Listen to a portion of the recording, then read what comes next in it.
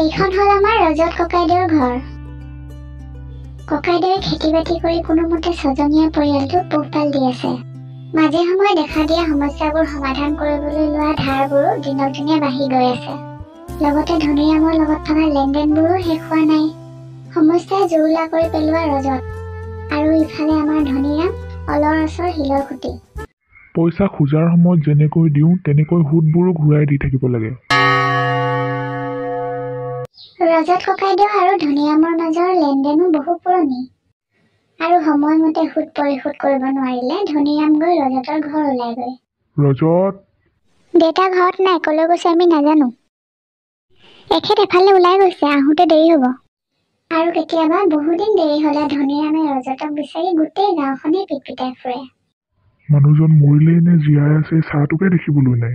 বোলো ৰজতক এইফালে অহা দেখিছিলা নেকি? নাই মালিক, দুদিনমানৰ পৰা এইফালে অহা দেখাই নাই। মই বাৰু দেখিলে কম। আমাৰ ৰজত ককাইদেউৰ আকৌ ৰ'দ বৰষুণ নিদিলেও ছাতি এটা লৈ ফুৰাৰ অভ্যাস। কাৰণ ছাতিটো লৈ ফুৰিলে সুদখোৰবোৰ দেখিলে দূৰৰ পৰা মুখখন ঢাকি দিব পাৰি। ৰজত ককাইদেউ, আপোনাক আমাৰ মালিকে বিচাৰি ফুৰিছিল। তেওঁলোকৰ ঘৰলৈ যাবলৈ দিছে আপোনাক। এইবাৰো চাগে সুদটো দিয়া নাই। মালতী, সিদিনা বোলে আমাৰ মাটি খুৱাই এই পুতুকণহঁতৰ মাটি 2 বিঘা নিজৰ নামত কৰি ল'লে।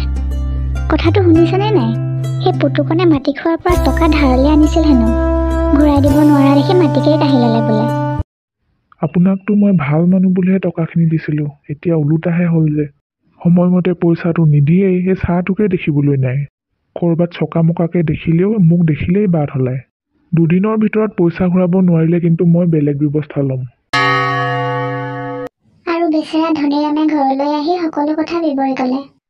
নহ'লে ময়ে গৈ এবাৰ কৈ চাওঁগৈ নেকি, কিবা এটা ৰেহাই দিয়েই বা? নালাগে দিয়া তুমি যাবলৈ। আৰু দুদিন দুৰাতি ৰজত আৰু ঘৈণীয়েকৰ চকুত টোপনিয়ে নাহিলে। টোপনি আহেই বা কেনেকৈ? ৰজতে দেখোন ধনীৰামক দিবলৈ পইচাখিনি যোগাৰ কৰিবই নোৱাৰিলে। মই কোনো বেলেগ ব্যৱস্থা লোৱাৰ আগতে টকাখিনি উভতাই দে। মই ইয়াতকৈ আৰু বেছি সময় দিব নোৱাৰোঁ।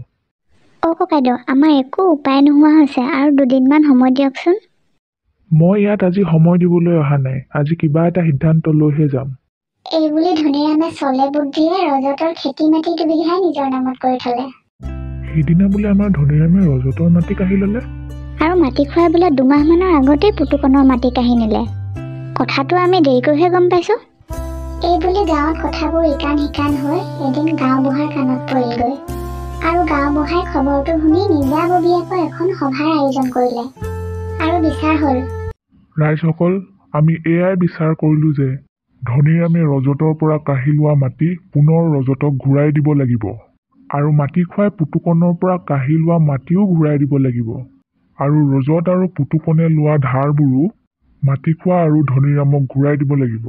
আৰু ৰাইজে একগোট হৈ তেওঁলোকক যিমান পাৰি সহায় কৰক। গাঁৱত ধনীৰামৰ দৰে সুদখোৰবোৰ আছে যদিও আমাৰ সদাৰ দৰে সৎ মানুহো আছে। শুনিবলৈ পোৱা মতে সদা ককাইদেউ নিজৰ সমস্যাবোৰ সমাধান হ'ল। আৰু সিদিনা যে এখন ঘৰলৈ পইচাখিনি ঘূৰাই আনিবলৈ গৈছিল, সেইখিনিও 2টামান লৈ 2টামান টকা ঘূৰাইহে দিলে। আৰু নতুনকৈ অভাৱীজনক সহায় কৰিছে। কাৰণ আমাৰ সদা ককাইদেউ মানৱতাৰ গৰাকী, এজন প্ৰকৃত মালিক।